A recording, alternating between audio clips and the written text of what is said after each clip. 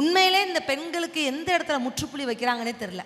இப்போ ஒரு பெண் பிறந்த வீட்டில் இருக்கும்போது என்ன சொல்கிறாங்க, அந்த பிள்ளை சுடிதார் போட்டு பார்க்கணுன்னு ஆசைப்படும்.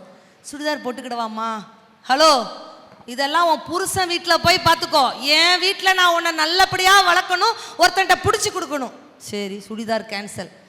படத்துக்கு போகணுன்னு ஆசையாக இருக்கு. ஹலோ, இதெல்லாம் கல்யாணம் பண்ணி உன் புருஷன் கூட்டு போவான். இங்கெல்லாம் எதிர்பார்க்காத, உன்னை நல்லபடியாக வளர்த்து ஒருத்தன் கையில் பிடிச்சி கொடுக்கணும். சரி, ஓகே, சினிமா கேன்சல். அந்த ஊருக்கு போகணும், அந்த ஊருக்கு போகிற வேலையெல்லாம் இங்கே வச்சுக்கிடாத, அதெல்லாம் கல்யாணம் முடிஞ்சு ஒருத்தன் கையில் பிடிச்சி. சரி, ரைட்டு, கேன்சல்.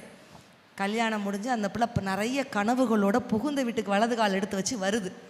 இங்கே வந்து கேட்குது, ஏங்க சுடிதார் போட்டுக்கிட்டுமா?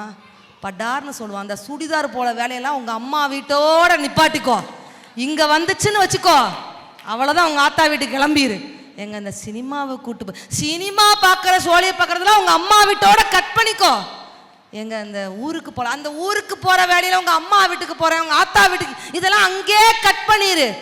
அப்போ பெண் பிள்ளைகளுடைய வாழ்க்கையில் முற்றுப்புள்ளி எங்கே வைக்கிறதுன்னு யோசிப்பாருங்க. பெண் பிள்ளைகளை யோசிப்பாருங்களேன். அப்பா கிட்ட கேட்கணும், அண்ணா கிட்ட கேட்கணும், அவர்கிட்ட கேட்கணும், மகன் கிட்ட கேட்கணும். அவ்வளோதாங்க, பெண்களுடைய வாழ்க்கை முடிந்தே விடுகிறது.